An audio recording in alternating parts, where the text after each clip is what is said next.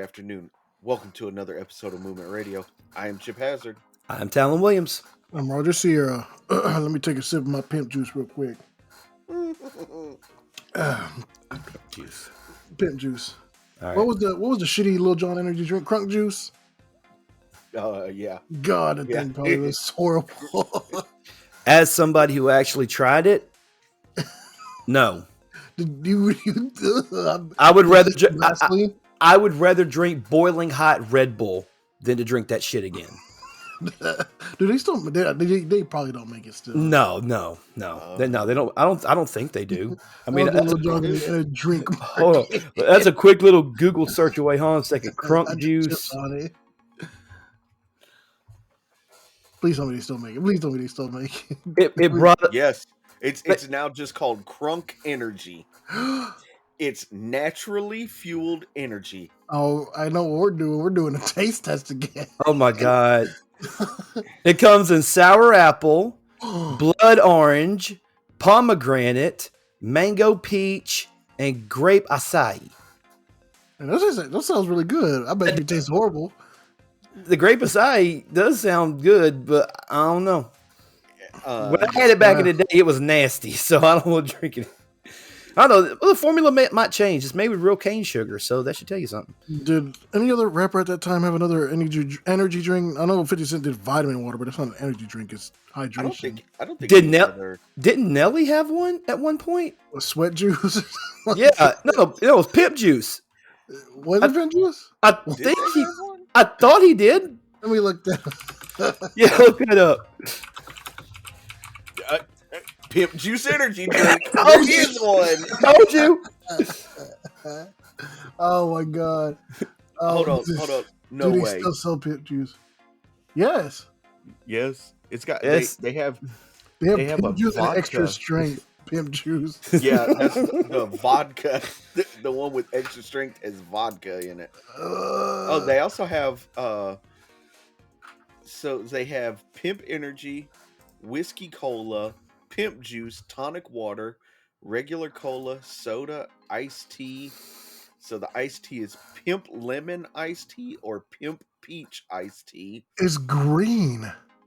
Yeah. Ugh. Oh, there was a third energy drink out there. Do y'all want to guess? You're not gonna be able to guess who it is. Master P. What? Was it Master P? Nope. Then it doesn't mean nothing. It's gonna be so obscure. You guys aren't gonna guess it at all. All right, then who is it? MF Doom? Nope. Al Pacino's Booty Sweat. You lying. You fucking lying. You are lying. You making that shit up. Al Pacino. You making that shit up. Hold on, I'm looking this up. Let's see. Bro. Al Pacino's Booty Sweat, 8.4 can ounce, pack of 24. They still sell it. And he also sells a Bust a Nut bar. No. He had a commercial. What? So it's from the Tropic Thunder. They actually made it a real thing. Oh, God in heaven. Good Lord. Oh, man. It's real. Ain't no way. There's no way they still sell it, though. Last one was bought in 2020. Okay, I was gonna say, there's no way they still sell this thing.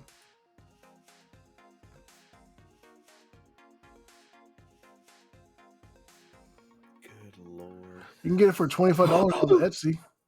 No, I'm good. I'm good. We're taste testing. We're taste testing these. No. I do not want to think. I don't want to taste test anything called Booty Sweat. Booty Sweat. Booty Sweat. We're doing this. We're doing the taste test for the fans. We're doing Crunk Energy, Pimp Juice, and Booty Sweat, and Bust a Nut Bar. You can have all the busting nut bars you want, brother. I'm okay. Chock full of nuts. Yeah, we know, buddy. Chock full of nuts. I bet it is. Yes. So as I sip my Pimp Juice, as I sip my juice that I'm sure that somebody spit in,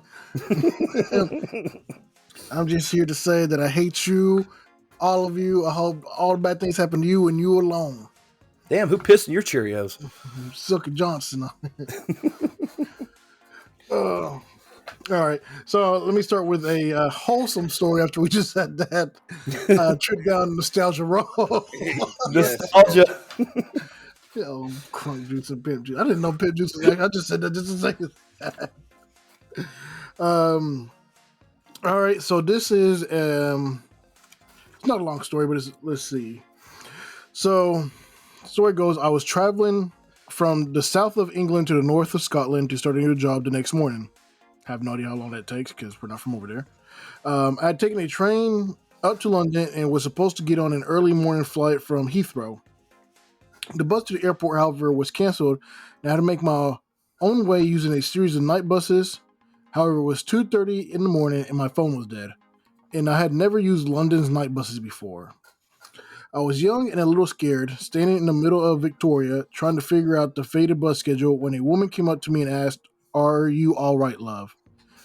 And I explained through tears that I thought I was going to miss my flight and even have an Oyster card. I guess that's the traveling fare car there. Maybe. She Hold on. Time out. Did you say an Oyster card? Yeah, that's what this says. Oyster card. Are you looking at it? He's looking up an Oyster Yeah. card. Yes. All right. Let me finish up there then. He's almost done. So she looked up my route on her phone, wrote down all the possible variations of buses and trains that I would need to take, including the times. She waited with me the entire time, like 20 minutes. Then when the bus came up, she paid for my fare. No cash on London buses. That's stupid. I got out and looked to her and she shrugged and said, "Oh, I'm not getting on the bus. You look like you just look like you needed someone." I think about her every once in a while, and I'm incredibly grateful for her. That's That's yeah. a cool. That's a cool story, dude. That's awesome. To me, that shows that there are still good people in the world. Yes. Yes. I enjoy like Booty sweat. no. Good Lord. He gonna be on this. He gonna be on this all night long. All night long. All right, go ahead, Chip. No, Gotta be serious. Yeah, take about 6 inches of that microphone out of your throat real quick, Talon. Oh, my bad. Yeah, let me back this up. There we go. Yeah, We're good. Sorry. All you did was move the pop filter. You didn't even move the mic. You didn't even move the mic. Hey, I'm far enough away. I'm good. but no, Turn your headphones down. You got an issue. All right, go ahead, Chip. Go ahead. I go down the rabbit hole of TikTok sometimes and watch like these wholesome videos where it's like just people going out of their way to be good and nice to people, and it truly does warm my heart that there are still good people in this world. Not everybody's a scallywag like Roger. Right. Facts. I'll trip you down the bus steps. Damn. But no, that brings up a question I've had for, I guess it's a social media conundrum or paradox, is like the people that film themselves helping out like homeless people and stuff like that. Yeah, some of them doing it just for the fame, but the people that do it for actual like goodness of their heart, like I mean, Mr. Beast literally has a whole channel dedicated to just straight up like charity and philanthropy work. Like he's built wells, schools, and stuff like that around the world, help cities and everything like that. So he helped people get surgery that would help them see again, and people said that he was an evil person for doing that to help him out and stuff like that. I was like, oh, okay. And then you see like certain people that actually like help out homeless people and like go and buy them food and jackets and shoes and stuff like that, and like take them to the barbers and help them like get like, you know, look well and everything, but then they get bashed for doing it for the clout and fame. And it's like, yes, they may get big and famous from it, but if they're still doing it from the kindness of their heart and trying to show the world to be a better person, is that a bad thing just because they film it? No, I don't think it is. And in my opinion, the people that complain about somebody helping somebody else, whether they film it or don't film it, are like they have no joy in their heart. I mean, that's just my personal opinion, but that's how I feel, because if you can look at somebody that's literally doing good for somebody else, whether they film it or don't film it is beyond the thing. But if you can look at somebody that is doing good for somebody else and expecting nothing in return, uh, and say that's a bad person, chances are you're the evil piece of shit. Yeah, because I know it's one of those things. I know there for a while was a trend on social medias where everybody was doing the help the homeless and recording and stuff like that. And then I guess when everybody started bashing it, people backed off. It's like, oh, it's not. Oh, I guess can't do that because it's not the trend anymore. Like, still help people out. Right. Like, it's not hard to buy a sandwich for somebody or buy shoes for somebody like that. Like, it's, I don't know. It doesn't make sense. Yeah, I don't get it. But to answer the previous question, an Oyster card is basically a bus pass for London But okay, that's what I figured it was. Yeah. And you can buy it before you arrive in London. Mm-hmm. And it actually, you can save money by buying it early. Yeah. So, We'll need to have that in store for when we go to London one day. yes. Right. One day. Them London Comic Cons. There you go.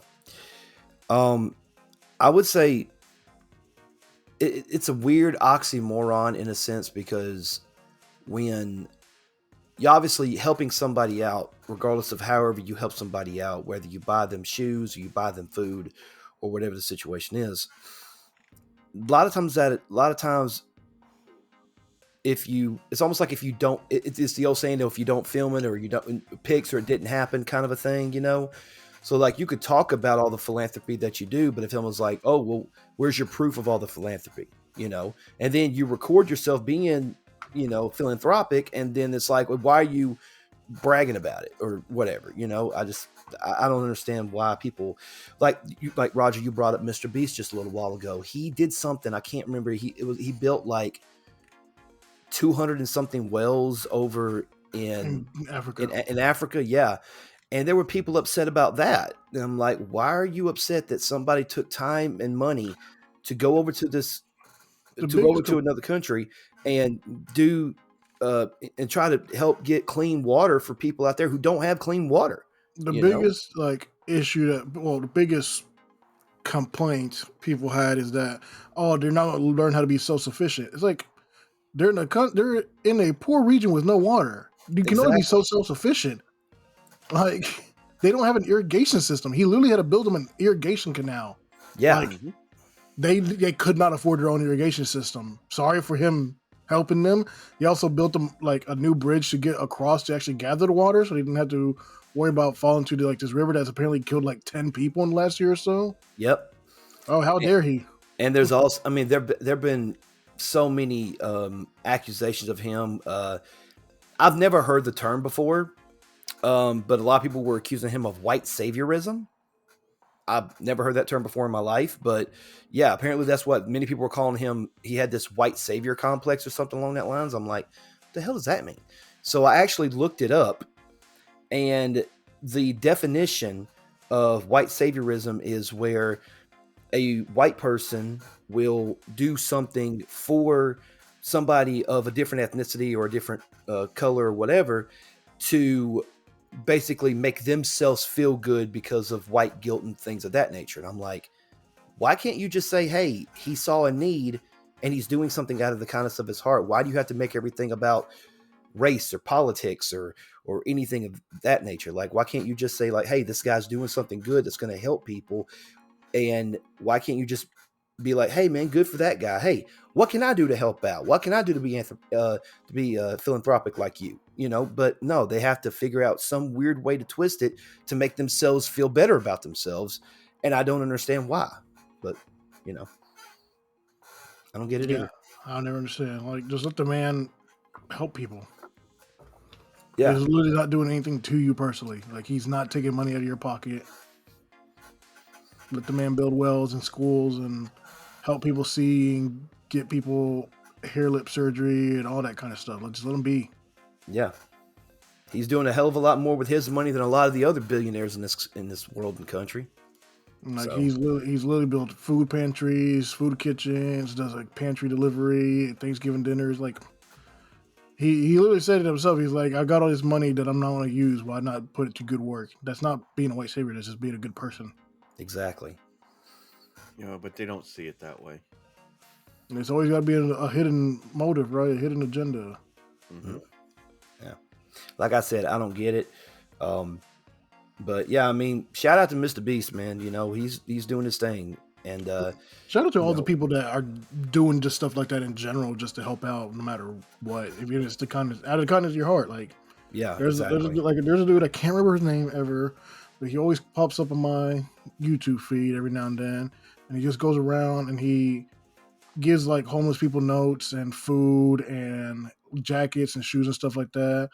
And he's even helped one guy like reconnect with his family in a different state by like finding his daughter's number and anything like that. Like, it was just like, dude was just doing it just to do it. that's Like, awesome, he man. never asked for like subs, nothing like that. He literally just puts the videos out and just does it. Yeah. I wish I could remember his name right now. Dang it. Yeah. It'll pop up eventually. Yeah. You'll probably find it later, and it's like, oh, hey, here's that guy that I told you about. Yes. But yes. But okay, let's get away from the angry people. Let's keep it wholesome. Let's move on to what you guys did throughout the week. Chip, what you do this week? This week was kind of a calm but hectic week, if that makes sense. I didn't do a whole lot except for work on editing videos to go up. From ATL Comic Con, I had a few left to do from that. Some from Conuga that I was working on. I actually learned a couple of new editing techniques that I'm super proud of myself because, unlike Roger, I didn't go to school to do video editing, and there's nothing wrong with that. Everything that I've been doing is self-taught, and I'm proud of myself for learning this new, what's the word? Technique. Endeavor. Yes. Yeah.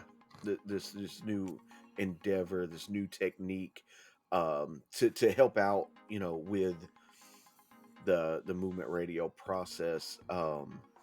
Also, exciting news that we got.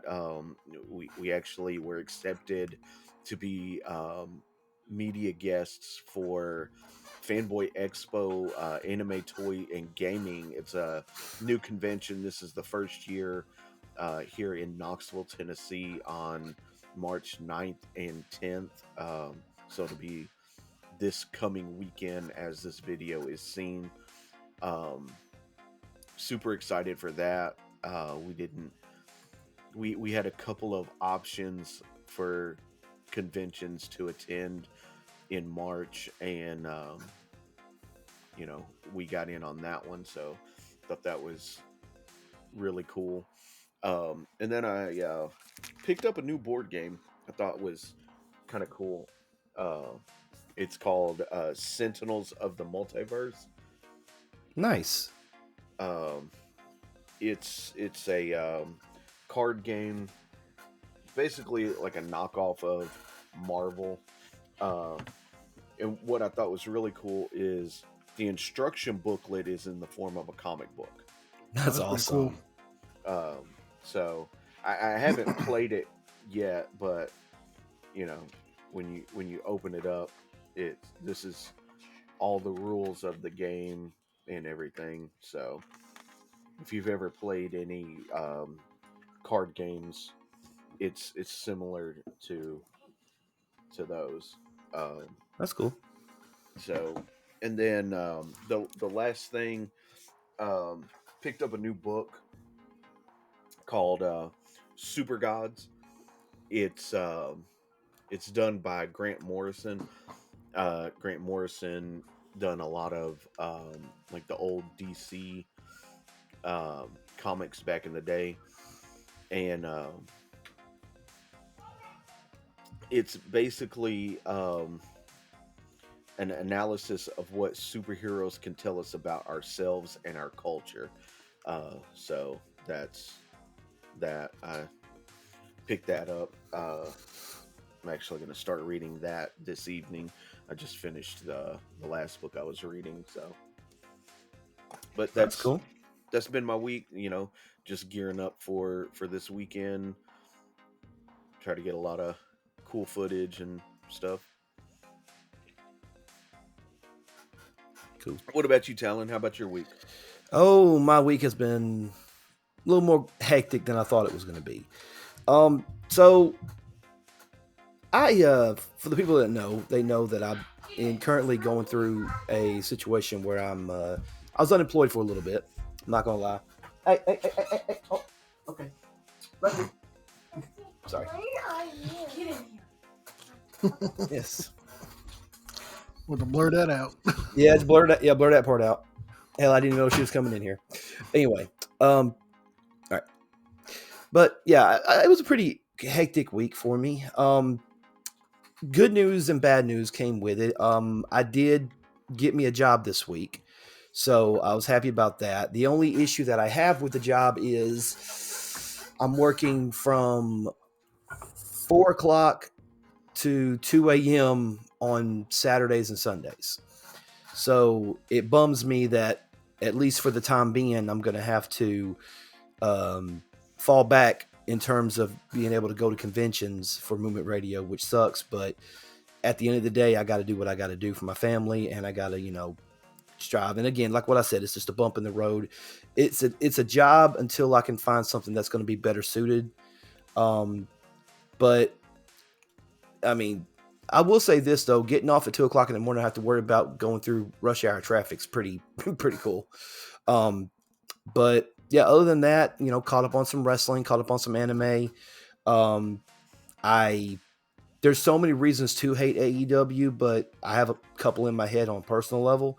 I still think that they're screwing Jay Lethal bigger than shit, but that's for a different discussion. Interesting note, before I actually get into the story, my son unfortunately got sick yesterday, and I'll put it to you like this. So we were at the grocery store. I believe it was Friday. Yeah, it was Friday. Went to the grocery store on Friday, and my son decided that he was like, "Hey, can I get a bag of chips?" I'm like, yeah, sure. We'll get whatever bag of chips you want. He decided to go with the Blue Heat Takis. The ones that are like the corn rolled up ones that's got like the blue little stuff on them. Yeah, the worst ones. Oh God. He said, "Here, Daddy, try it." So I tried one of them, and dude, it tasted like I was eating a flaming hot salt and vinegar chip. I'm not a fan of salt and vinegar anyway, so it did have that bitter kind of vinegar flavor to it that I'm not a fan of. But he was like, "Yeah, I'm like, all right, well, don't eat too much of them. You'll make yourself sick." He's like, "I got this, Daddy. I got this." But, all right, just saying, don't eat too many of them. Well, Sunday while I was at work, I get a phone call around, I don't know, maybe 8:30, 9, something like that. And my wife says, "Hey, your son's throwing up." I'm like, "Uh-oh, is he okay?" "Yeah, he ate too many Takis." How much is too much? She's like, "Let's just say half the bag is already gone." And I'm like, "Okay, how many did he eat in one sitting?" Like I said, half the bag is gone. Son of a bitch. So I talked to him. I'm like, "Buddy, are you okay?" And he was like, "I don't want Takis anymore." I'm like, all right, that's cool. Figured, okay, he got it out of his system. No big deal, right? I get home from work around 2 o'clock last night. I go in my bedroom. I lay down. I'm thinking I'm in bed. Everything's cool. I'm just going to sleep. And all of a sudden I hear, "Daddy!" I'm like, oh shit.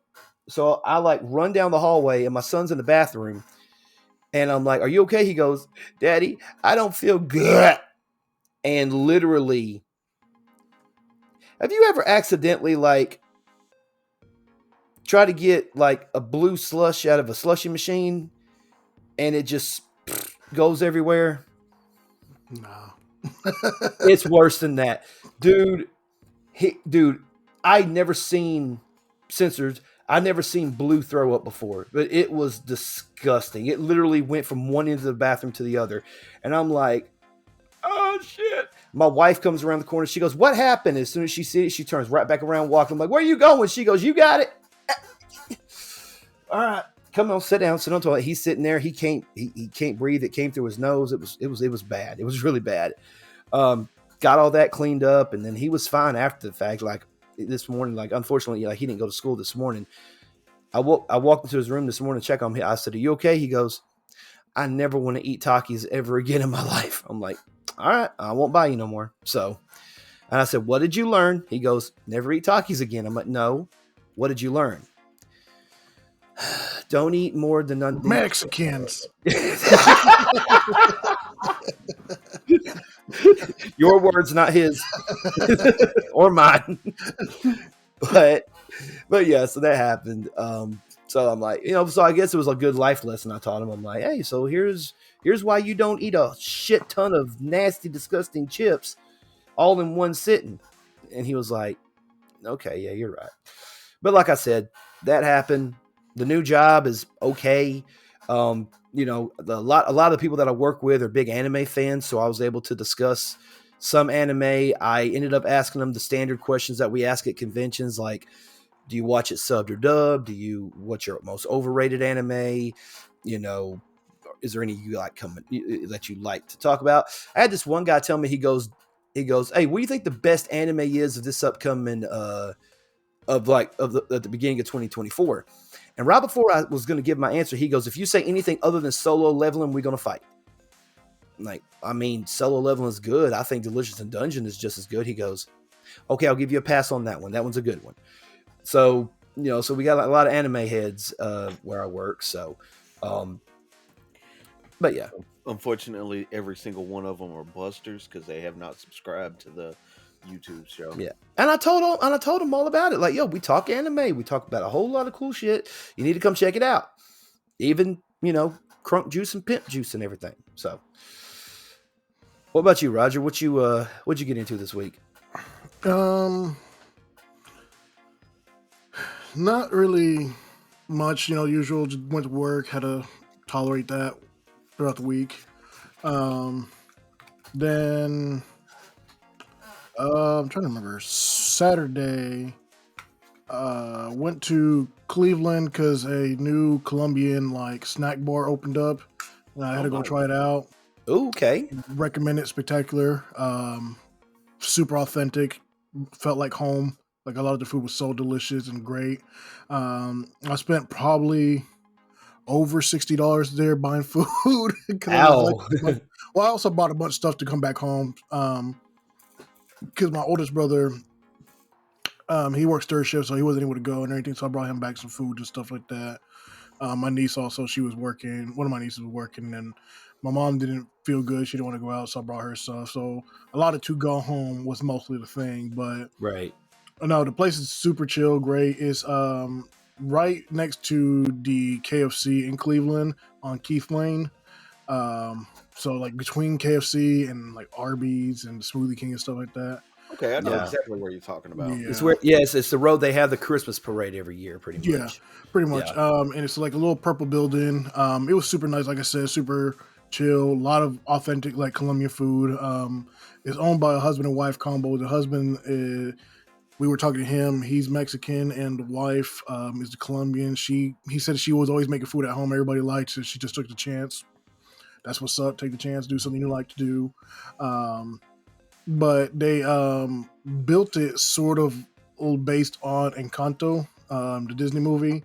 So there's a little part in so they do so it's like a little snack bar. You go down a line, and it has the first line area is the ice cream. So a section, you can see that there.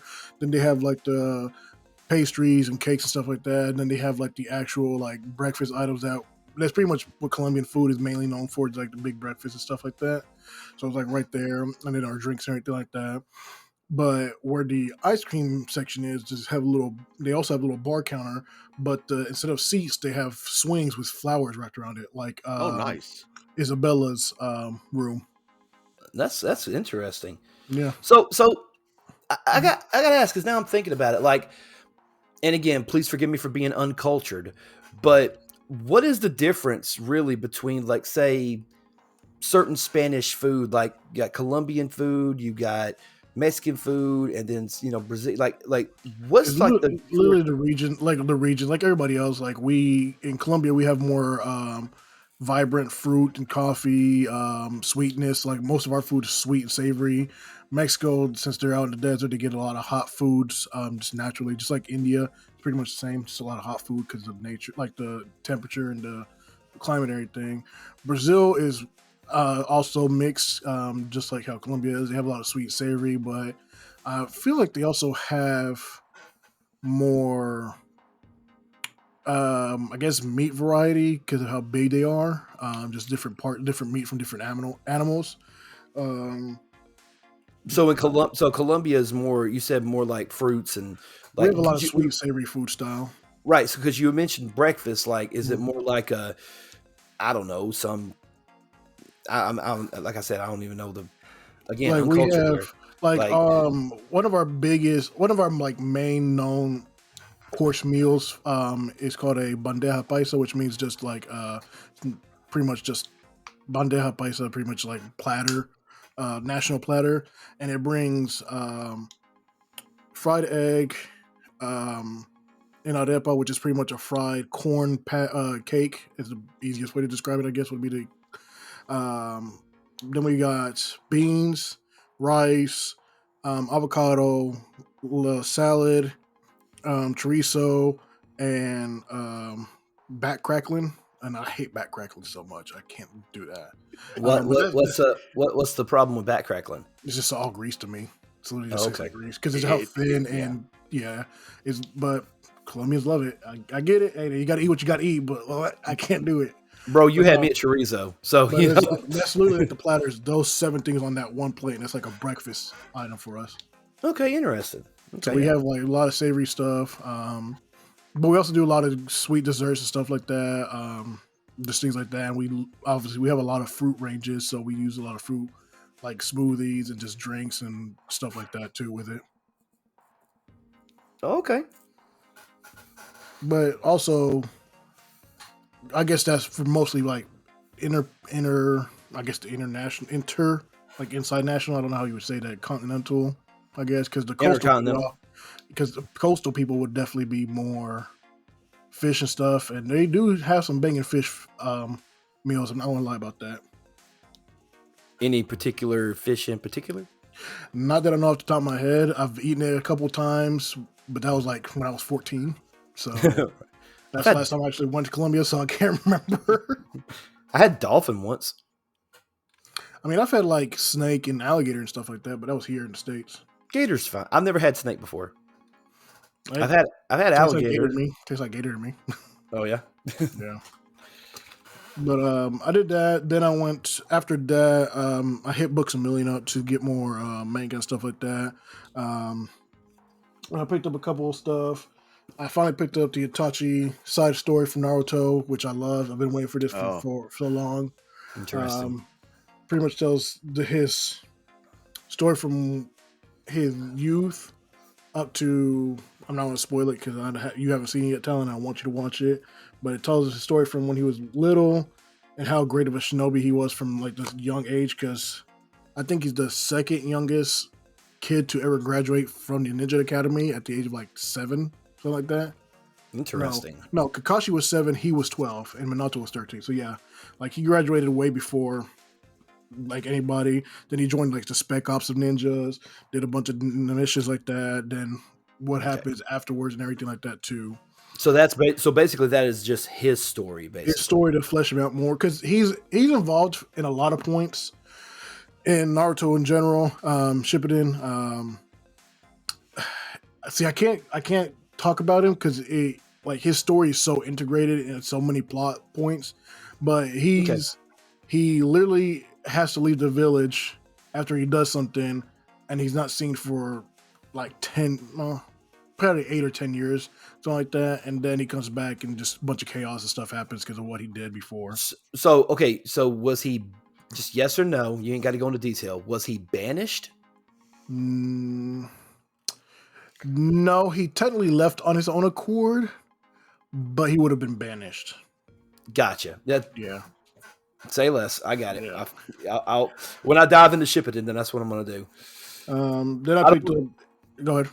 I was just saying I'm not going to jump into it just yet. I got other stuff that I'm focusing on right now. I don't want to burn my candle at both ends too much. No, I get that.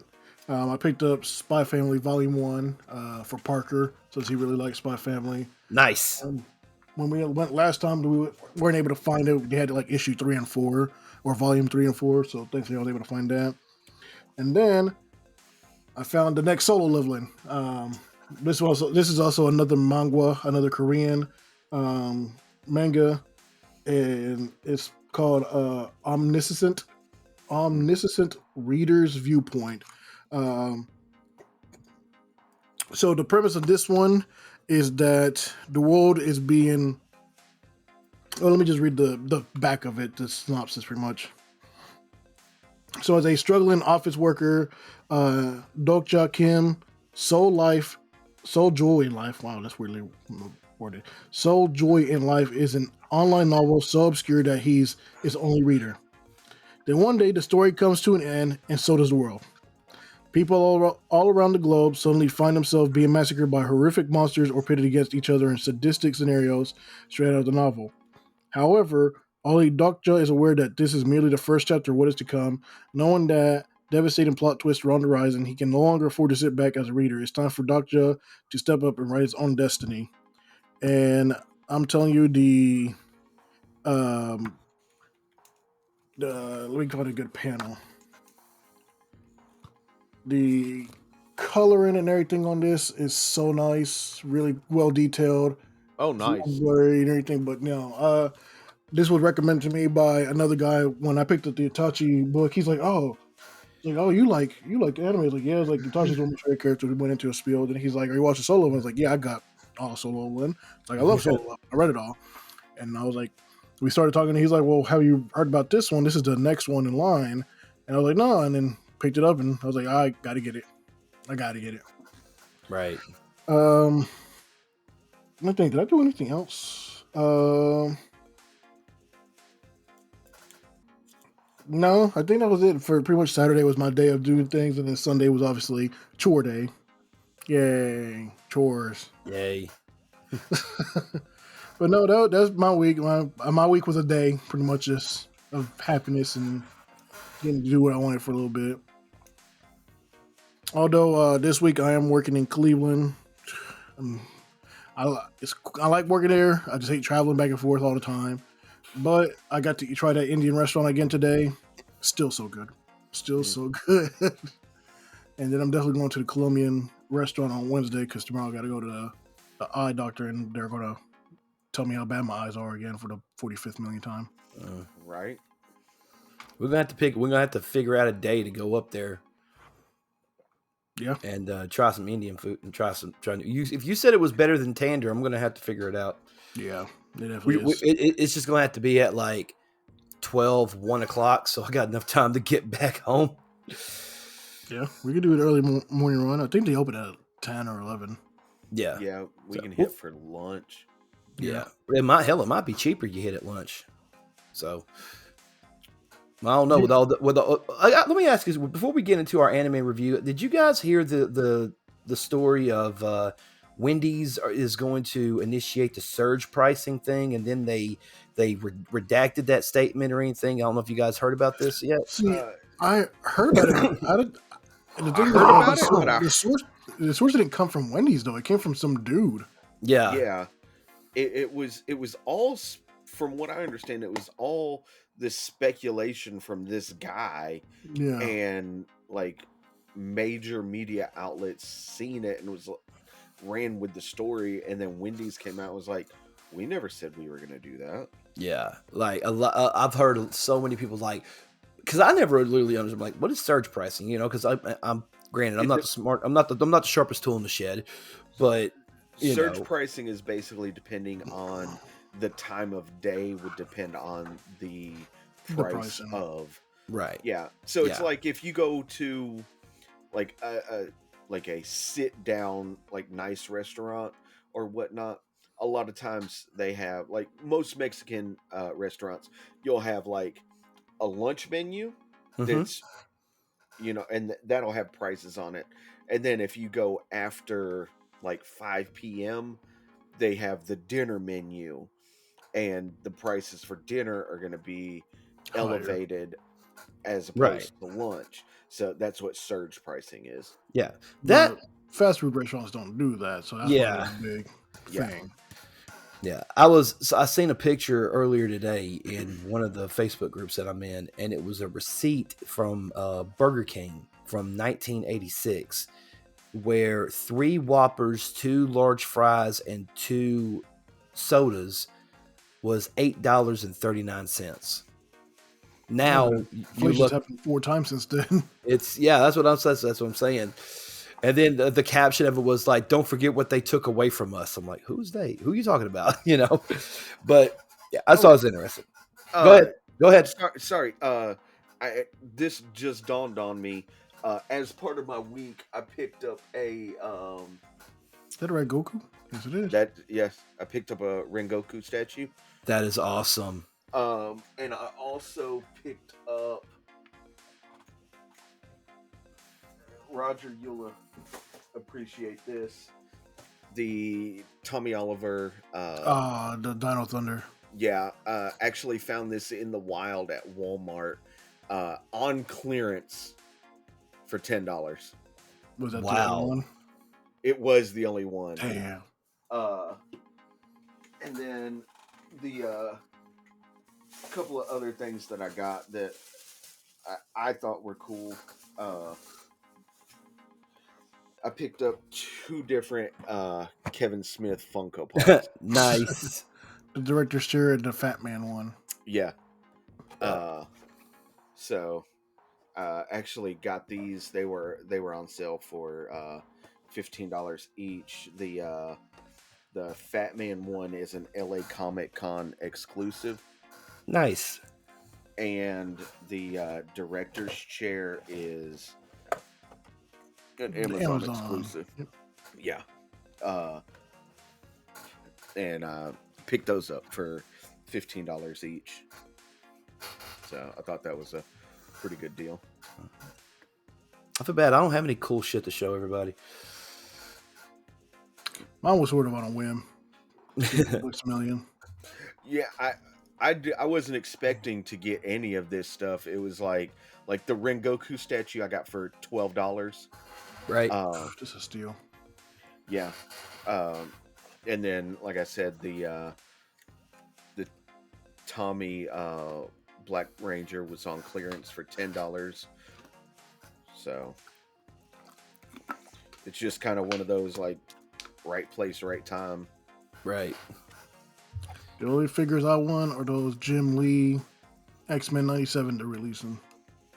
Yeah.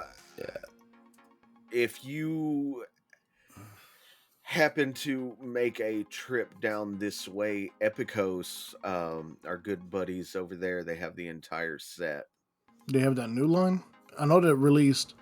I'm talking about the ones that I showed you. They're the $100 plus ones, not the. Oh no! I was these saying, are the those. Yeah, no, these are the $20 ones. Yeah. That are similar to this. Yeah.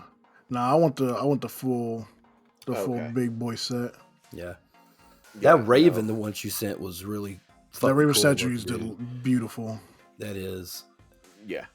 What's that one statue? Yeah, it's they're the retro card. Spider-Man ones. or the Daredevil. Yeah. Yeah. Well, this is actually Elektra. Elektra's Daredevil. Yep. Yeah. From the newer run of Daredevil, where she actually dons the Daredevil outfit. Yeah.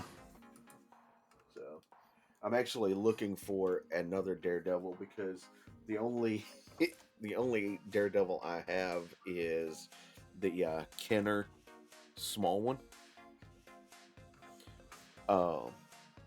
But they're You don't have the black one? No, for whatever reason, the 12-inch or the, what are they, 11-inch 11 figures, and a half or something like that. Yeah, are like hard to find. Yeah.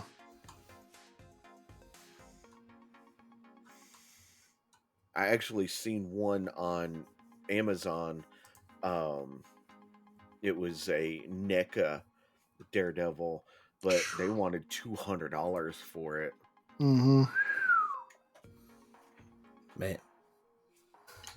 And I was like, Daredevil, you're my boy and all, but I can't drop $200 on a fig. Nope. I know people that do, but Oh yeah, those are people I envy, but also don't at the same time. Right. Because you got that much money, it's cool. You work for it, you do what you got to do, but not me. Can't do that. Right. Can't justify it. No. Right. So before we go too far down the rabbit hole of action figures and stuff, have you guys watched any anime this week? Apart from Solo Leveling and Delicious in Dungeon, I haven't been of course, obviously, I've been with the new job. It's kind of hard for me to really do much of anything because I have other things that I have to do, so I didn't really have that much time to sit down and watch anything. But other than Delicious in Dungeon and Solo Leveling, that's pretty much the only two that I watched this week. Yeah. What about you, Raj? So watch Delicious Dungeon, Soul Leveling, The Sign of Affection, Metallic Rouge, Ninja Kamui. But I started actually yesterday. I started Avatar: The Last Airbender, the animated series with Isla. We got a couple episodes in there. I've been slowly getting into her. She's watched a few of the Studio Ghibli movies, so My Neighbor Totoro, Kiki's Special Delivery, Ponyo, stuff like that. She loves Pokemon. We were actually watching it a little bit earlier today too. So I was like, oh, what's another cool kid one I can show her? I was like, well, I haven't watched Avatar. I watched the first season, I guess you could say, but I never watched past that. So I was like, oh, I'm going to watch it because I started watching the live action one. I thought it was pretty decent. So I was like, I need to watch the animated show to truly give it its due diligence. So me and her started watching that. She was pretty good with it too. She watched a few episodes and then wanted to go jump on her trampoline. So I was like, whatever. But I also started last night after Isla fell asleep. I started watching anime with a couple of my friends in an anime group. We did a watch party, and we started watching Shangri-La Frontier, which so far has been pretty good. It's a VR anime, so hopefully it doesn't do what Sword Art Online did and ruin itself. I think we got 4 episodes in. It was pretty good. But yeah, this guy's the main character's just really good at virtual reality games. He's beaten most of them and everything like that. So he's just trying this one out. And so far, like I said, 4 episodes in so far, really good. I would recommend it so far. Like I said, let me get further in before I actually give it the okay go, or hopefully, like I said, it doesn't go the Sword Art Online route and gets weird and creepy. Right. Hey, real quick question though, before I didn't mean to cut you off, Chip. Just real quick question. Have you guys, I mean, this is a dumb question, but have you heard of the anime My Neighbor Totoro? Totoro, that's Studio Ghibli. That's what I said. That Nyla watches it. Okay. I was just going to ask because I was like, would that be okay for the kids to watch? You know, because that's, all right, that's cool. Because I'm like, because I found this one list and it said the top 25 best animes for kids to watch if they want to get into it. I'm not going to read the whole list. I'll just give you the top 5. Number 5 is My Hero Academia. Number 4 is Haikyuu. I want to say that's Haikyuu. Yes, the volleyball one. Number 3 is My Neighbor Totoro. Number 2 is Card Captor Sakura. Yeah, it's a classic 91, and I think they've revamped it like 5 times since then. I think so. It's on Netflix and Crunchyroll right now. Yeah, they rebooted it. I remember that for sure. Yeah, and number one, who this website, it's called momlovesbest.com is the website in this. Basically, it's an anime section. It says that the original Naruto is the best program for beginner animes. Definitely not. I don't even recommend that as a beginner anime for adults. They have one called A Silent Voice. If you want to cry, go ahead. No, I'm good. I don't want to cry. Really? That you would recommend that one for kids? Full Metal Alchemist definitely wouldn't. Full Metal Alchemist? No. Literally talks about rape and everything in there. No, that's for children. Fairy Tale? No, they murder people. Pompoko? Pompoko, yeah, that's a Studio Ghibli. I would recommend any Studio Ghibli to watch with children. That's what I did with Isla. Gotcha. I showed her Ponyo. I've showed her Kiki's Special Delivery.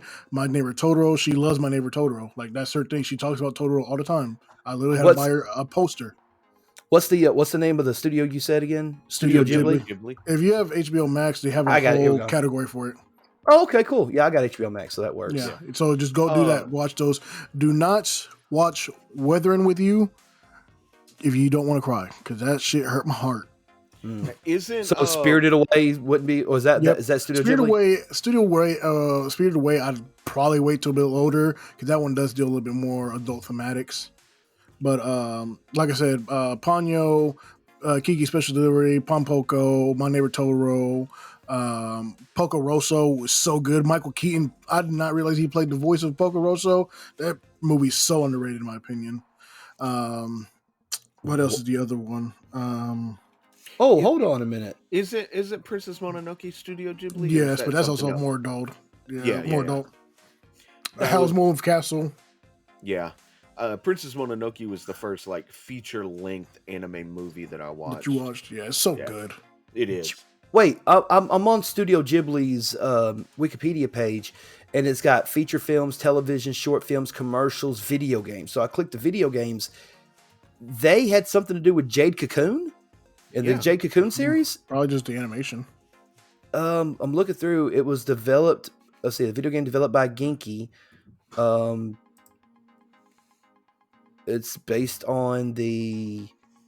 It's like a mythology thing for them, isn't it? Yeah, it's basically that. Yeah, because they had Jade Cocoon 2 for the PlayStation 2, and then they had the story of Temamaru, I think. That was all back in 1998. They probably did like the background animation and stuff like that. Yeah, I mean it's a beautifully rendered game. So okay. I didn't mean to cut you off. Go ahead. No, you're good. I mean that's what I'm saying. Those were. I'd recommend though. Like I said, the three that I recommend: My Neighbor Totoro, Ponyo, and Kiki's Special Delivery. Kiki's Special Delivery. Yeah. Okay. But like I said, you have Max, so you can watch. They have a whole category there. Watch those. A lot of them are really, really good. Spirited Away, Princess Mononoke, part of Howl's Moving Castle. You can watch that with them, but Princess Mononoke and Spirited Away, I wait till they're a little bit older. Yeah. Gotcha. I gotcha. I would maybe wait until like teenage years. Yeah. So they deal more with like grief and like different. No, so Princess Mononoke is about it's an environmentalist thing, but there's some violence in it, some really good violence in it. I say good violence, a little more mature violence, obviously. It's not as cutesy. It's like a more darker tone just throughout in general. Okay, I see what you're saying. Okay. And Spirited Away is sort of the same thing. There's just it deals with a lot of adult thematics in general. I'm trying to think. It's about a girl dealing with like moving and things changing, dealing with change and stuff, but it's done in such a really like a lot of things happen to her where she has to like grow up very quickly in that time she's just going through a lot. Like nothing overly serious, but I think it's more suited for like 10 to 12 to start watching it. Gotcha. Okay. So one more quick one before we move on. Panda Go Panda, is that a good one for my daughter? Panda Go Panda, I don't think I know that one. It's a movie from It's Studio Ghibli, but it's from 1972. Oh shit! I don't know if that one's on Max. According to this, you can watch it on YouTube, Apple TV, Vudu, and Amazon Prime Video. Yeah, it's not on Max then. Yeah. I was like, I don't remember that one being on the list. No. Yeah. Oh, They definitely can't watch Ghost in the Shell. Oh God, no. No, the original one's not that bad actually. No, 2.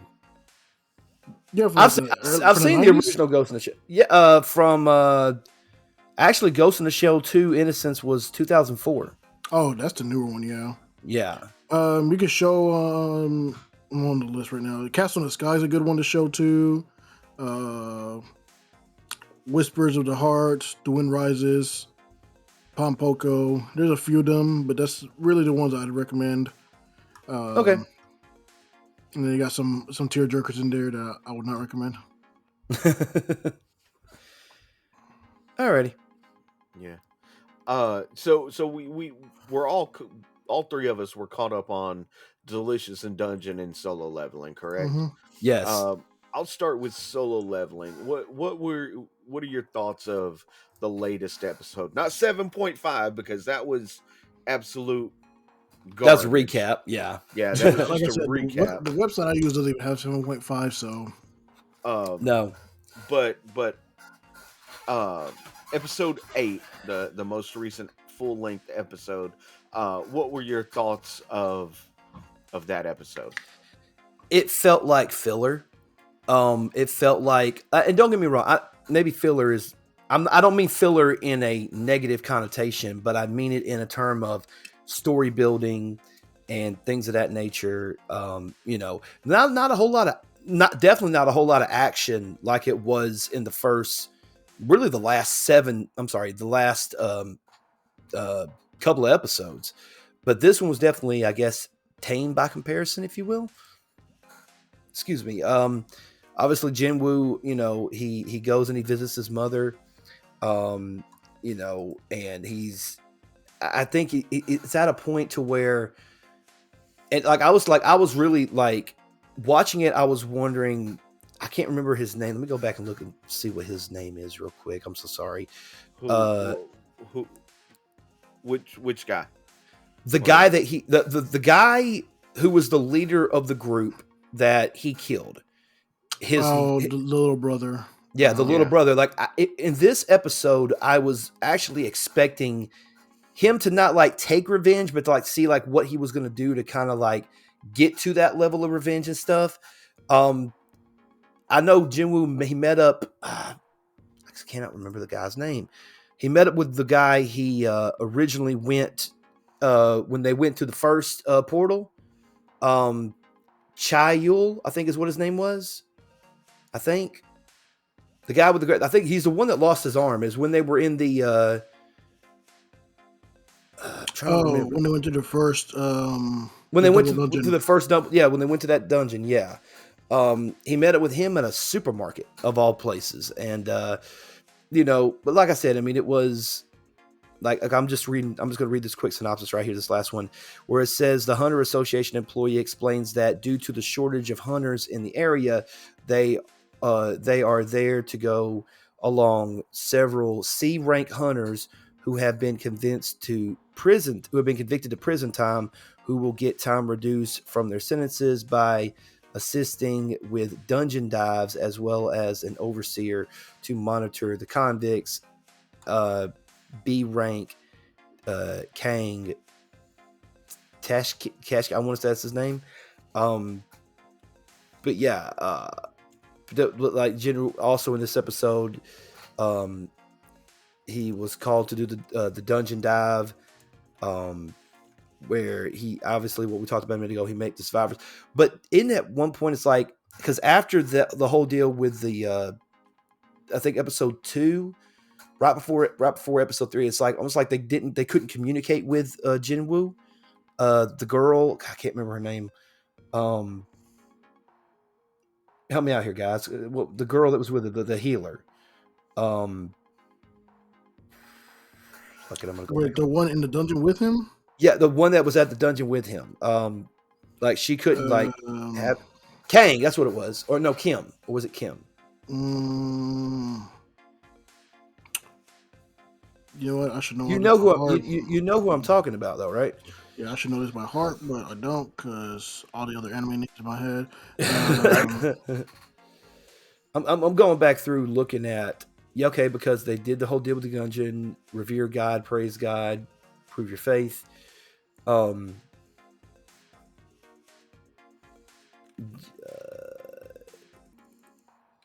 Johi, I think is what her name was. No, that doesn't sound right either, does it?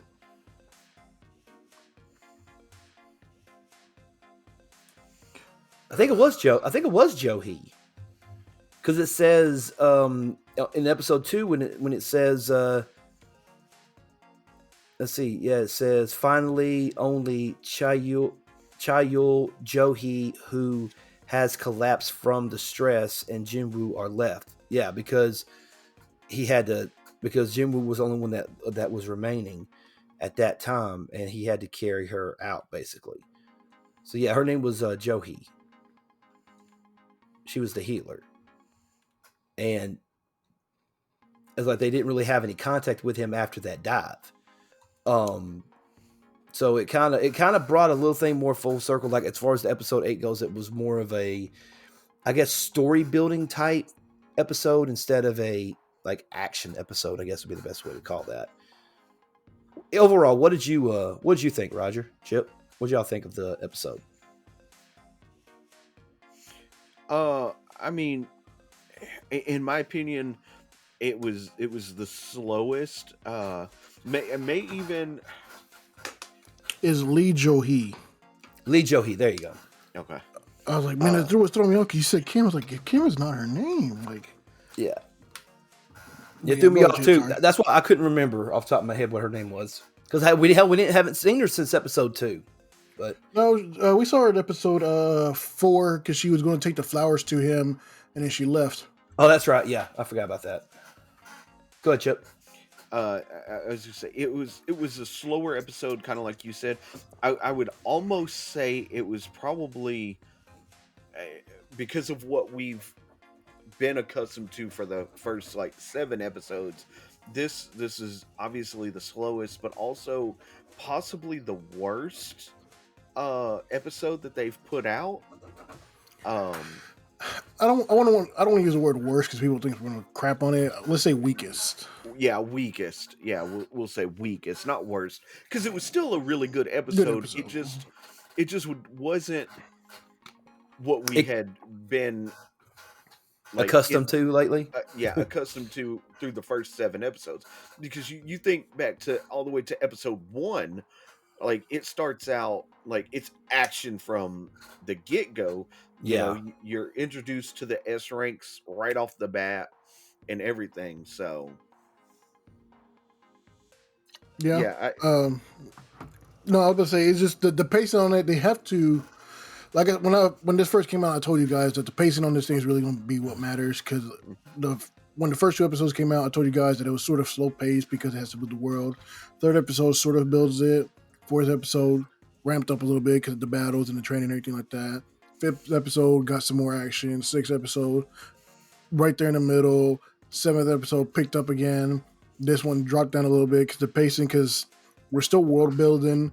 I mean, the whole point is that, like I said, I think last week or the week before when we talked about it, I said that at this point, Jinwoo is trying to figure out a way to become an S rank hunter because he's not an S rank right now, and that's literally what this point of the story is going to be going, is for him to try to get himself. So he did agree to shoot. What is Homeboy's name? I always forget every time I'm about to say his name. Yujin? Talk about the one in the armor. Yeah, is it Yujin? That's Jinwoo. No, Jinwoo's our guy. That's the main character. I'm no Jinho. Jinho. Yeah, Jinho. Yeah. Jinho. Okay. I was saying, like, crap. Like, I always forget his name. I knew it was Jinho, Jinwoo. Korean's name are very similar. That's the hard part. Yeah. But no, he agreed to do the 19 is what he said, 19 sea dungeons? Yes. Or was it 15? Was it 19? I think it was 19. But he's like, whatever, like, Yeah, it's like whatever. It's like you and me will do it by ourselves, and then Jinho's like, "Oh, we can't do that because we have to have 8 people in the party." And Jinwoo's like, "I will just draft people for every single one, like Homeboy did, but we're not going to kill them. Obviously, we're just going to have them sit back and whatever." And he's like, "Well, think about telling your dad how you and I soloed every dungeon. That would make you look so good for the position to take over the new guild, whatever." That's pretty much the biggest point of the episode, besides Jinwoo being like, "Hey, I gotta get stronger." Yeah. So he's like, "I'm gonna take all this money from Homeboy, all these billions of dollars from Homeboy, and get stronger so I can be an S rank guy." Yeah. Yeah. And I think the other big plot point was like when he goes and visits his mom in the hospital. Like, he has that screen he can see, and he's looking at this elixir of life, and how he has to get 3 ingredients. He's like, and I know where to get them. I'm just not strong enough. Yeah. I have to get stronger. Like, I think that's a very missed plot point, is that he's essentially doing all of this to try to save his mom. Yeah. I mean, well, that's literally the only reason, like, because he was the weakest hunter, but he still went out there and did those missions just so he can have enough money to pay for his mom's hospital bill, his sister's schooling, and then just have enough to survive. Yeah. But now with this new, I guess, advancement in his life, now he's like, wait, elixir of life. Like, I could find these and I could basically cure her and save her that way, as opposed to making all this money and then hoping and praying that the money that I pay these doctors will help them find something, It's almost like he's like, I could do this myself now. You know what I mean? So that, I think Chip's right. That was like would plot hole be a right word in that place? Or would it be more of a... It's just overlooked. Or it's like a missed opportunity almost. No, it's just overlooked. Oversight. Oversight. There you go. That's a better word. Oversight. There you go. But I mean, like, the whole point, like, that's pretty much his whole point of being a hunter. And now that he was freaking Jack Diesel'd, I mean, he's like, I can do anything. Right? Yeah, until you hit the A rank dungeon. Or an S rank hunter comes out and, presses you. Yeah. I mean, we definitely going to see we're going to see what happens whenever that happens, because it's going to happen, right, Roger? It's eventually going to happen. All right, cool. All right, cool. Yeah. I'm just going to assume it happens. You got to remember, there's like 20 or 30 S ranked hunters. Yeah, I think is it that? I thought there was only 10. I could be I could be misinformed there, but I thought it was like a low number, like 10. There's only 10 in Japan or Korea, sorry. Okay, but remember, this is a world phenomenon thing. Yeah, like My Hero, where they're like, they only told us about Japan, and then season 6 and 7 come around, like, oh hey, there's American superheroes. The hell are they?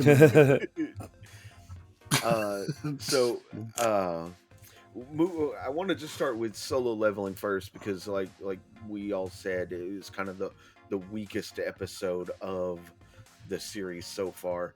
But next up, I want to talk about Delicious in Dungeon, where in my opinion we got what was arguably the best episode of the season so far. I agree with that 100%. I really did enjoy it.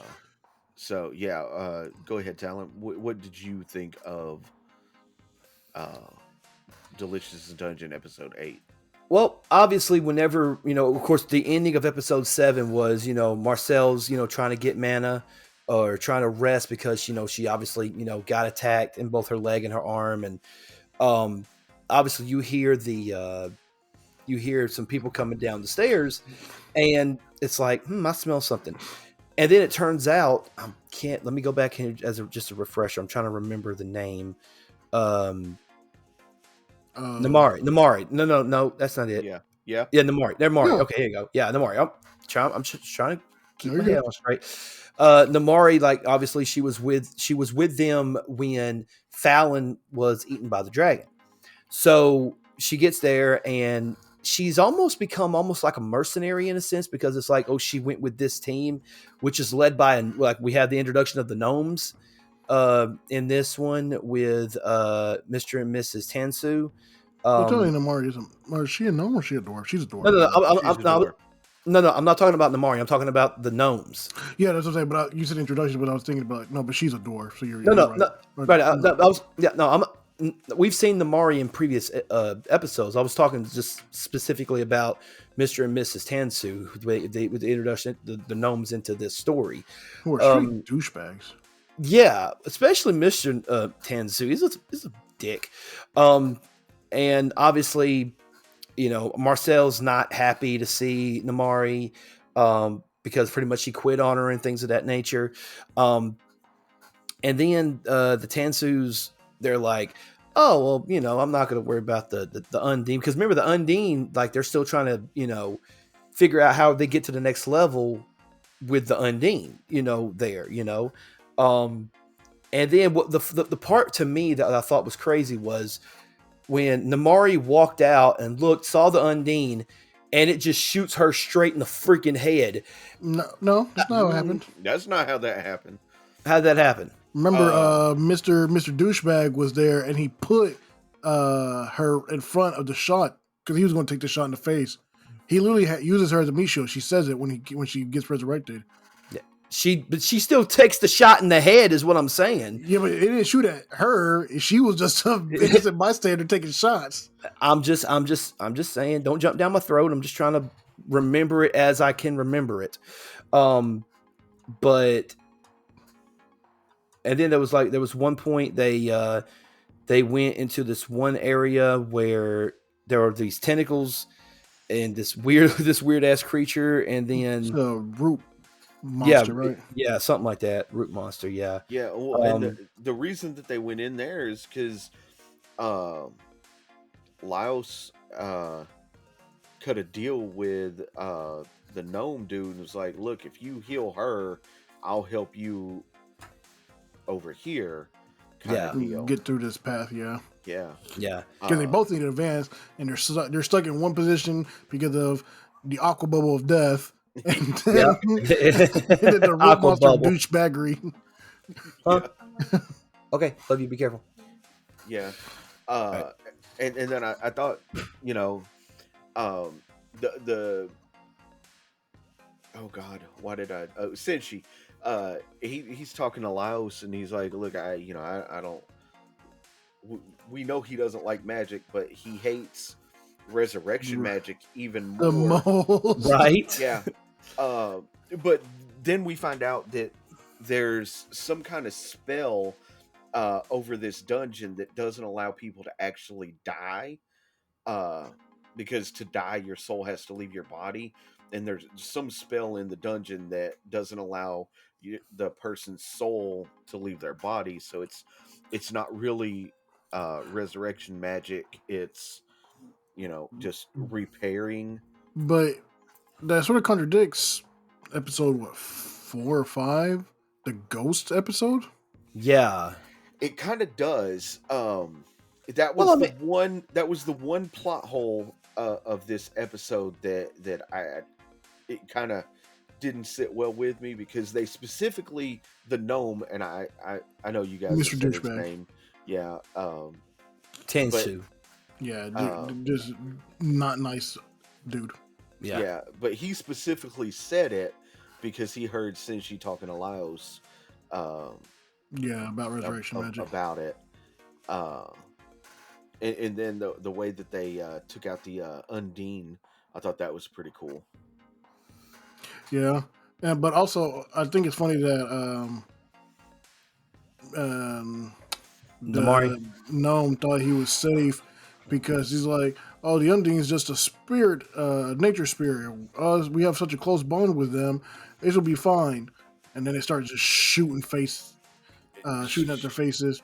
Yeah, but you find out they're all little spirits of chaos, pretty much together. Right. But then there was also that other part where they were down right before they got to the root monster, and again, Laos's sword, again, he still has that creature in his sword, lets him know when there's danger ahead, and also Amari was very much like, I guess, like, why would you use that axe to Senshi, and like, what was that, like, always. And then miraculously they figure out that the pot that Senshi uses to cook things was aluminium. I'm sorry, Adamantium. amanium. Yeah. Yeah, the same stuff that The same that Wolverine. Wolverine's claws are made of. Yeah. So yeah, and then I was like, hey, wait, we got a lid, we got the thing, let's try to capture it, and then they did this weird thing capturing it, and I mean, it was a smart plan because they used the pot as a shield because that's originally what it was, a shield. Yeah. And they just used it to protect it and then come together and just entrap it and cook it. Yeah, and then they boiled it. And then they put some of that tentacle root in there, and they put some kelpie meat in there. They made themselves a stew, boy. Yeah, they did. Yeah, they did. I'm still waiting for this unofficial or official Delicious Dungeon Cookbook to come out. Me too. And of course, they'll probably be like, well, we don't recommend you eating big scorpions. However, this is an alternative. I want to eat a scorpion, damn it. I'll eat a scorpion. I would too. As long as you chop off that poison little prick of it, that's fine. It's more than just that. You actually have to go through and like peel it open because there's a sac in there that has all of the venom in it, and it produces in the body. You got to remove that completely, and you have to devein the tail and everything up to the tip. I don't believe that because I've seen people eat live scorpion before. Yeah, I don't. If we're talking like a little bitty baby, like a little bitty like yellow one, maybe. No, it's one of them bad boys that fit like the whole hand, like an emperor scorpion. Yeah, like going from like here to here. Yeah, they just take and break off the tip, with the prick, and they just literally, yeah. So does that mean that the all the poison is just in the tail and it's not in the body at all? Oh, I don't know. Let me look at how scorpions work. I mean, I'm sorry I gave y'all misinformation. Right. But overall, as an episode, I thought that it was a really, really good episode. Oh yeah, I still think it's the best episode of the season. But I mean, I've told people before this show has not missed. Not at all. No. Nope.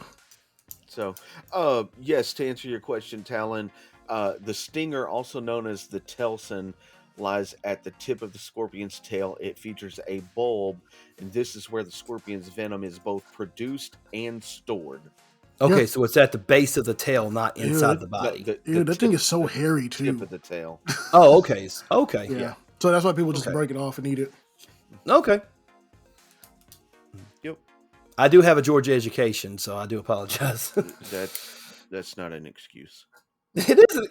What? All right, whatever. You got Google, same as I do. Well, the only reason I said that is because I've always seen people literally break the tail off and just eat a scorpion live and be fine. Yeah, I've seen it on Naked and Afraid. No, I mean, I know they did it a few times on Fear Factor, but I've seen it on pretty much, survival shows do it. But also, I've seen people out in Mexico that do it as a dare and stuff. They just eat it like a party trick kind of thing. Is Naked and Afraid still a thing right now? Yeah, they do tons of different variants of it now too, don't they? Mm-hmm. Like the couple one and everything like that. Yep. They do fan challenges, so you can go on like a 14-day challenge instead of the full, like, I think 21 days. Yeah. Okay, interesting. Yeah.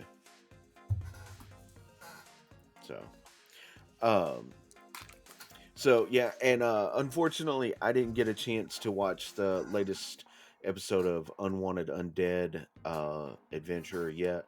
I'm probably gonna watch that before I start reading my book, just so I can stay up to date. I'm afraid if I let myself get too far behind, I won't pick it back up. I get you. That's why I had to spend last week pretty much catching up on A Sign of Affection. Yeah. And then I think I mentioned I'd started watching Goblin Slayer, so You got to finish one before you start another one, sir. I know that's why I haven't started anything else. But I have a list. Damn, I thought I had my pop-up blocker on. Oh well, it's fine. They're all Also, on my watch list on Crunchyroll. Also, we forgot to mention the official retirement of Jason Kelsey. Yes. I guess Sting. I guess Sting. Yeah. Yeah. Let his legacy die. I was not a fan of that whole thing.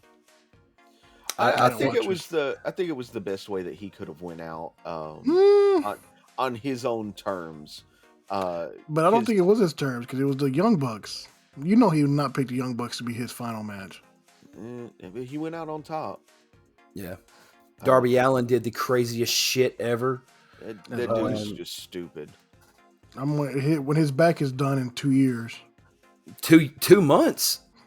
Dude, I don't know how the hell he is going to be able to keep this crazy shit up, dude. So I don't know if you guys watched any of the clips from YouTube or whatnot.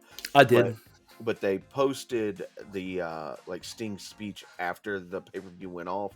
Yeah. And he's literally talking about he mentions to Darby, he's like, and I don't know how many stitches this is going to take, because Darby went through a pane of glass off of why? A 10. No, it was more than 10. It was a 15-foot ladder. He was on the second to last rung on top of it, and then he cuts a flip the ladder was in the ring, so it made the ladder was in the ring. Yeah. And then they had the pane of glass set up like a table over 6 chairs. 6 or 8 chairs.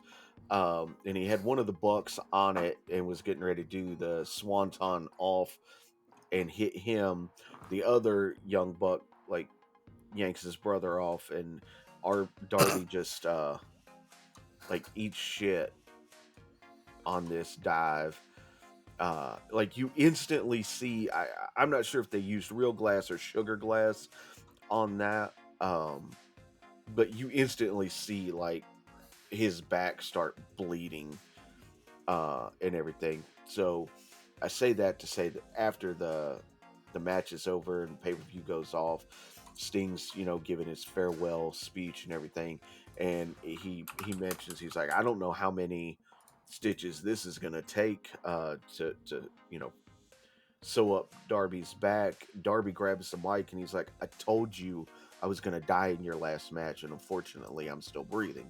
And I'm like, dude,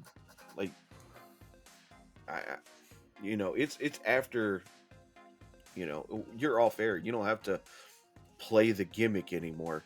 Unfortunately, I don't think it's a gimmick for him. It's not a gimmick for him. No. Dude, when we met him back in, what was it, 2017, 2018 or something like that? When we met him, he was he's the same dude that he was back then. I forgot to start wrestling back then. When me and Chip did the Scenic City Invitational, we did a pre-show tag match against Bob Evans and Tim Hughes, and Darby was there that night. Was he? Yeah, he faced Anthony Henry in the second round before the finals. But yeah, he was just as he was the same then as he was. He talking weird, all that. All right, man. tells me everything I need to know. I was on a show with the dude and don't even remember him. I mean, he would have been nobody at that point. So yeah, he didn't catch fame until COVID. Yeah. I think it was a little bit more than that. Because AEW started before the whole COVID thing. I think it was what? Yeah, it was June of 2019 when AEW started, I think. Yeah. So, but Darby was a mainstay because he was one of the 4 pillars. It was him, MJF, Jungle Boy, and Sammy Guevara. So. And one of them is injured, one of them wants to leave the company, and one tries to kill himself, and the other one's a douchebag. I don't know which one's which in that sense in that scenario. There's only one that wants to kill himself. Okay, Darby is the one that wants to kill himself. Mm-hmm. Which one's the douchebag? Sammy. Who's the guy that wanting to leave is probably Jungle Boy. Jungle Boy, and MJF is hurt. Yeah. And he's gonna when he comes back, he's gonna face Wardlow. They're finally gonna finish that chapter 2 years after it should have finished. Yep. Yeah. And there's still people holding on for dear life, praying to God that MJF leaves AEW. And it's like he already re-signed. Just hopefully, he did. Hopefully, we don't get Okada there, and we can actually. It's a big spiel. I'm telling you now, and unfortunately, thank you. Unfortunately, it's going to happen. The only reason why I don't think it's happening is because Tony Khan hasn't spoiled it yet. Oh, that's one of them. He's one of those guys you don't want to spoil that kind of thing. I don't think. But he spoiled everybody. That's true. He spoiled. He's literally spoiled everybody. Did he spoil Sting? Yeah. I don't think he did. I think Sting just showed up because they were. It was at Daly's place when he did. I think it was the Winter is Coming event that they did. I don't think he announced Sting. I think he just showed up. He announced a legend. What is it? TBS legend or something like that? Yeah, but that could be a number of people. Not Ric Flair and him. That's about it. I mean, and they both worked there, so that's true. And Ric Flair at the time was actually in a storyline in WWE, so right. So it could only been the other one that's alive that was wrestling still. That's true. Yeah. Was it TBS legend or TNT legend? I can't remember which one he said. Probably TNT legend. Probably. But yeah, I mean, Okada, I think he'll end up going to AEW just because I feel like that's where. Because he's already spoiled freaking Mercedes Moné months before she's even going to be there. Yeah, because she was supposed to. Shut up, fucking phone. I was saying, like, who creeping on me? I got 5 on my doppelganger is about to be there, about to kill me. There you go. But yeah, I mean, they already spoiled the whole. They spoiled it without actually saying anything because they did the whole thing of we're coming to Boss Town, and then the event's called Big Business, and it's dollar signs, and it's like making it more obvious. They were like, it's about to be about that money. I'm like, yep. I was like, I hope she doesn't show up. Like, I hope she's like psych. Yeah. Well, you know what would be really fucked up if they did all this promotion for her and she says, I'm going to go back to WWE and help Bayley against Damage Control. You know what I mean? That would be funnier than hell, I think. I don't know why she wouldn't go to WWE anyways without they have the better women. They just have the better women roster. Yeah. Well, I mean, from what I understand is that there's a lot of people in Impact Wrestling that could be coming to WWE. I've seen many people there. Some people, especially with the whole thing with Scott D'Amore wanting to get out of the contract, wanting to get out of the contract because Scott D'Amore's not there anymore. The number of names I've seen, Jordan Grace. I've seen her name. I've seen Moose. I've seen Steve Macklin. There was a couple of names that have been thrown out. Tommy Dreamer, even though he basically pretty much took over Scott D'Amore's spot. You know, he pretty much came out and said, anybody who wants their release, just let us know. You know, which is crazy because like TNA has actually had somewhat of a resurgence over the last several months with Nick Nemeth, aka or FKA Dolph Ziggler. Mustafa Ali came to TNA and he became the X Division champion. Time out. You better say that man. Put some respect on that man's name. It's Mustafa. Mustafa Ali went to TNA and he can't leak. But didn't they change his name to Mustafa Ali in WWE? No. Mustafa. No, they were pronouncing it Mustafa in WWE in the later half of his run. I don't remember. I don't remember that. Like after he got injured, and then he came back and he didn't do anything. Where he was supposed to be the hacker, but wasn't the hacker.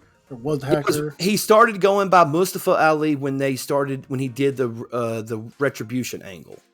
Oof. That's when they changed the pronunciation of his name. So I guess they didn't trademark it because he is going by Mustafa. Okay. But you missed out the biggest signing that TNA's had here recently. Go ahead. Top Dollar AJ Francis. Oh God, that guy. No, you That didn't. No, you didn't. No, that you guy. didn't. That guy.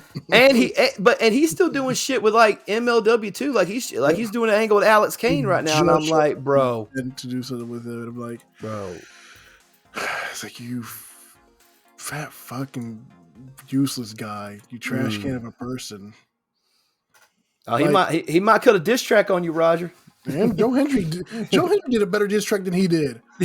Yes, he did. He really did. He did. You are banned from diving. Like, bro, how you gonna get outdone by Joe Hendry, who's also a very underrated wrestler? Yeah, he is. I've been watching him since the What Culture Pro Wrestling days, and then they changed themselves to what? To Defiant Wrestling or something? I think it was Defiant, yeah. I'm still waiting. Like, I'm waiting for Joe Hendry to like actually take the leap to go somewhere else. I don't want to see him in AEW because I know how he's going to be used. TNA is the perfect spot for him. You think so? You don't think that they would, if they put him in NXT, you don't think they would develop him good? His character for what he wants to do and what he wants to wrestle as, TNA is the perfect place for him. Okay. There are certain people that will probably always stay there, which is fine. Do what you got to do there because you're getting what you want to do and your style and everything like that. You don't always need a jump. Like, I mean, Moose has made his career. Guy should have been in WWE, but made his legacy in TNA and stayed there pretty much the whole time. Yeah. And it's so crazy because everybody calls Kurt Angle a WWE guy, but he spent most of his career in TNA. Yeah, but he made his career. He made it. Yeah, he made his career in WWE, sure, but that's and like. Also, first of all, TNA was not Kurt Angle, was Perk Ankle. Well, Perk Angle. I'm sorry. Yeah, you're right. You know, but that's like me. That's like me working at, you know, a place for a year or two, and then working at another place for 20 years. Like, am I still that guy because I worked for this company before working for that company? Like, I don't know. Does Sting work longer for WCW or TNA? TNA. Yeah, TNA. But he's old WCW guy. So you go by the first company that they worked for, basically. Or you made your name at, because I mean, they made their names, and I mean, Sting made his name in WCW. I mean, I guess technically he worked longer for WCW because it was NWA and then transitioned. So it was Jim Crockett Promotions, and that transitioned into into WCW. So I guess technically, but if we're looking at just WCW, like the name, he was with TNA longer. Yeah, TNA. And Kurt Angle made his legacy in WWE first. Yeah, where he had his best matches. I mean, no, his best matches. Yeah, I can think of a couple of good TNA matches that he's had. Like, I mean, he had good ones. I mean, him and Samoa Joe. Him and Ken Anderson had that cage match between them two. I thought was really, really good. You can never say anybody had a good match with Ken. Ken Anderson's really good, man. Kurt Angle had a damn good match with him. Why are you hating on the asshole? Yeah, I was going to ask you, why you have do you have an issue with Ken Anderson, Chip? Or I mean, I just don't think he's good. I can't say that. He had a really good run in WWE before he injured people. He injured one guy. No, and he didn't even technically injure him. He injured him. he just dropped him on the back of his dome, and he didn't take too kindly to it. You know. But that was, you know, young, arrogant, entitled, you know, Randy Orton at the time, you know. That was Randy Orton on the gas. Yeah. Yeah, on the gas, definitely. But, you know, but Kurt Angle, I mean, even if you don't care too much for Kennedy's work, I mean, you have a guy like Kurt Angle who could literally pull out the best out of anybody, you know. I mean, you look at any person who's stepped foot in the ring with Kurt Angle, you get the best out of, you know. I mean, what would today's Kurt Angle equivalent be? Would you say Bryan Danielson? Okay. No, because Benoit's Bryan Danielson. Because Kurt Angle had charisma. Bryan Danielson does not have charisma. Kurt Angle was able to be goofy and have charisma and be able to work. I'll give you that. I mean, to be honest, probably Dolph Ziggler. To be honest, Ziggler. See, I look at Ziggler more like Kurt Hennig in a sense, because both of them could just sell their ass off and make everybody look insanely great. Yeah, I can see that. Would you say Chad Gable is the closest thing we have to a Kurt Angle, or is it too soon to tell? No, they haven't given Chad Gable the opportunity to have matches like Angle and work with people like Angle, like higher up there to really show up. Gunther is the only match he's had to show off, and if you have a bad match with Gunther, you don't deserve to wrestle. Right. That is true. Who would be the equivalent of Gunther right now, though? From back in the day? Yeah, that's what I'm trying to think. Who's the Gunther equivalent right now? Stan Henson. Yeah. That's a good one. That's a good pick. Hey, you're going to get these hit no matter what, so you just better do your job. Yeah. I would say probably, maybe Hanson, maybe. Vader? Oh, Vader, no, don't disrespect Gunther like that, dude. Don't do that, man. Don't put yourself in that position. Don't do that. So I've been getting a couple of updates here and there, and apparently Gunther murdered Dom tonight. We talked about that. We knew it was going to happen. That's how you build that boy up. You got to get him. He's like, hey, you got to go in there with the bear. Yeah, pretty much. I don't know. Are they? I don't know. Maybe this is just me, but I got a feeling that they're gonna probably do some crazy multi-man match for the Intercontinental title, maybe a ladder match or something. They have, because that's the only way that you can take the belt off of Gunther and keep him as because I had two different scenarios in mind for the World Heavyweight Championship. The one scenario in my head is you have McIntyre beat Rollins on night 2, hold the belt until Punk comes back. Punk takes the belt off of him. It gives Punk his title run, and it gives him his revenge on McIntyre. The other scenario that I have is, from what I understand, they're not having that match at Mania. Okay, but regardless of that, I'm saying these are just scenarios that I have in my head. Another logical scenario, and it might be illogical, but another thought that I had was actually have freaking Damian Priest cash in that match, have him actually win the belt, and since you're already doing something with Imperium and Judgment Day anyway, it kind of makes Gunther kind of a pseudo babyface in the situation. But if Gunther loses the title in a multi-man match in which he doesn't have to get pinned or submit to lose the title, he can still look strong even in defeat. It could elevate him to that next level, because I think that Gunther as World Heavyweight Champion, in my opinion, I think that makes him like the boss now, like the final boss, because we talk about him being the final boss in a lot of different scenarios, especially with the situation with McIntyre and Sheamus at last year's Mania, when, in my personal opinion, I think they had the best match on night 2. But yeah, I mean, again, those are the couple of scenarios that I'm thinking is going to happen. I think eventually it's going to end up.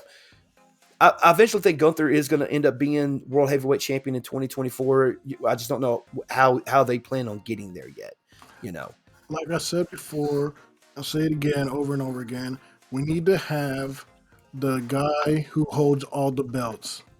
That hasn't been done in WWE at all, I don't think. I know TNA did it with Kurt Angle, but I don't think anybody's held the heavyweight, mid-card, and tag titles and defended them all and just be able to lay the lumber on everybody and make it believable. I was fixing to say, did Shawn do it? Kane was the closest. No, I think Kurt Angle was actually the closest, because he had the IC and European title and defended them both. No, the closest was Kane. He had the tag titles with RVD, and he was also IC champion. And he was going to go against Triple H, and he started doing that stupid Katie Vick story, and it just ruined all that momentum. Wait a minute, wait, time out. I thought they lost the tag titles by the time he got with Triple H to do that storyline. Nope, they're in the middle of that storyline. During that whole time, during that storyline feud, he lost all the titles during that time. But he held the tag title and IC title at the same time while challenging for the heavyweight title, technically. Yeah.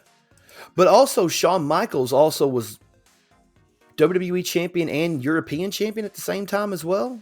But that was not even a true mid-card title. That was just the No. title. I'm talking about like the true mid-card title, so Intercontinental or US, WWE or Heavyweight, and then the tag title. Well, I guess Adam Cole, maybe? Well, no, because he never held the... No, he held... He held one or the other. He never had them all. Because they technically did the Freebird rules with tag titles. I'm looking it up right now. Okay, 7 WWE superstars who held 3 or more titles at the same time. I think Benoit technically held both tag titles and a mid-card title. Let's see. Ultimo Dragon is number 7, which he's not a WWE guy. He was a WCW New Japan guy. Lance Storm in WCW held the US title, the television title, and the cruiserweight title.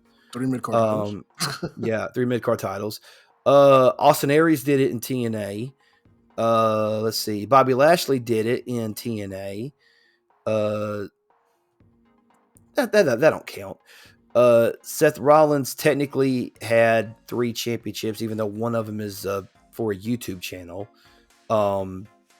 He held the up, down, down. Yeah. Yep, he held the up, down, down championship. Kurt Angle and Samoa Joe both at 1 and 2. Both of them have also held championship. Well, Kurt Angle at the time was TNA champion, one half of the tag champion. He was also the IWGP heavyweight champion. Wasn't he also X Division champion? No, X Division title was Samoa Joe. Because it was hard justice. Joe for it.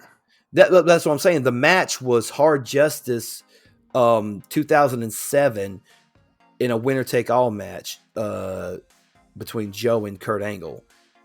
Joe was the X Division champion. Kurt Angle was the TNA World Champion. They were the tag team champions, and Kurt Angle was also IWGP Heavyweight Champion.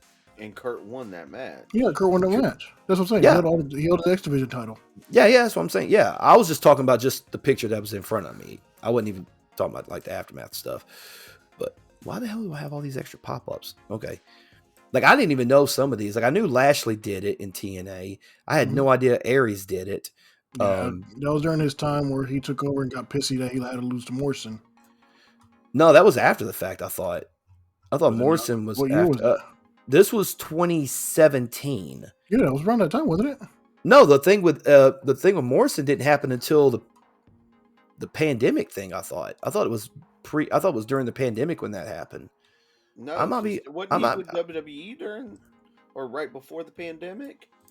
No, Aries. Let's see, he had the match at WrestleMania 33, 2018. 2018. Okay, yeah. So it was pre-pandemic. I thought it was pandemic. Yeah, that's what I'm saying. I thought that was during the time when he feuded with John Morrison. Okay, because I could have swore it was. I could have swore it was later than that. Nope.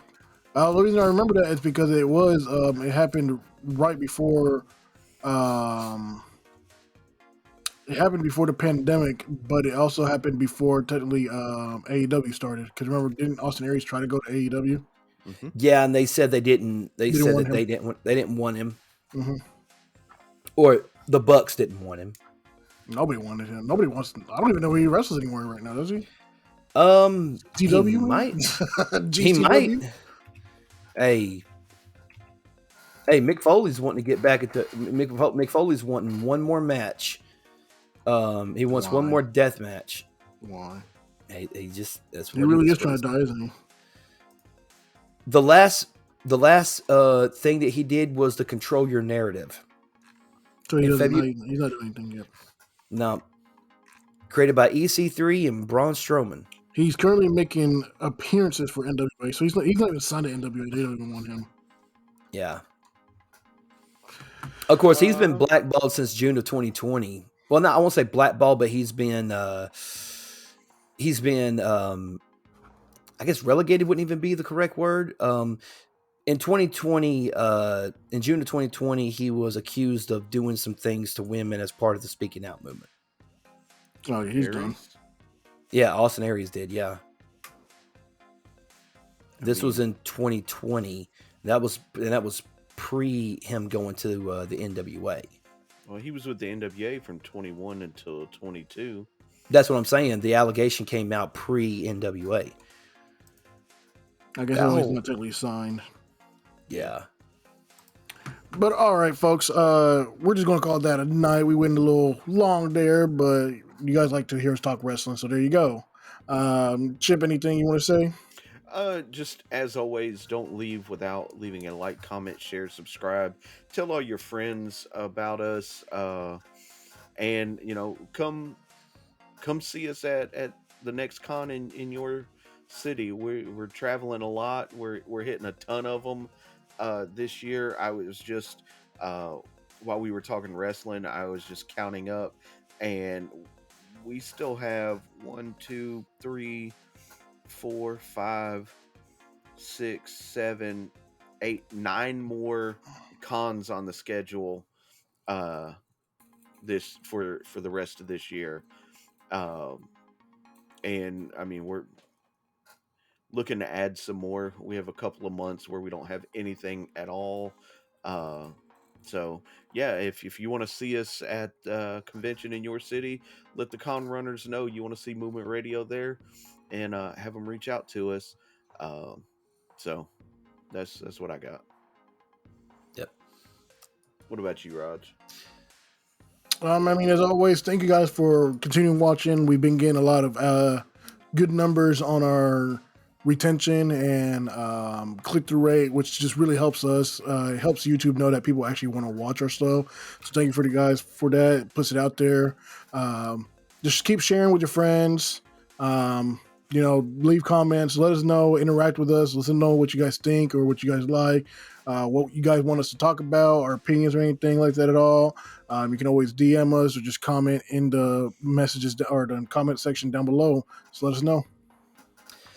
Yes, and if you guys want to continue to support Movement Radio, obviously subscribe here to the YouTube channel. Make sure you click that bell to get notified of our latest videos. Check us out on all of our social media platforms, whether it's Facebook, X, Instagram, TikTok. And if you want to support Movement Radio via merchandise and stuff, make sure you check us out at streamlabs.com/movement radio/merch and go copy some merch. We got some ideas coming out soon. Hopefully you guys will enjoy that. Also, shout out to one of our biggest sponsors, gearanime.com. This place has all of your favorite animes, everything from Demon Slayer to Attack on Titan, Death Note, Naruto, Dragon Ball Z, Pokemon. They got a wide variety of articles of clothing you could choose from, everything from socks to shoes to ugly Christmas sweaters, jackets, and hoodies. And if you check out gearanime.com/movement radio, then you will receive 10% off. I'm sorry, let's start together. You get free shipping in the United States if you use the promo code MOVERadio at checkout. That's MOVERADIO for free shipping here in the United States. Once again, guys, thank you so much for tuning in tonight. We hope you guys enjoyed it. And until next time, thanks for watching. I'm Talon Williams. I'm Chip Hazard. And I'm Roger Sierra. And this is Movement Radio. God's bless.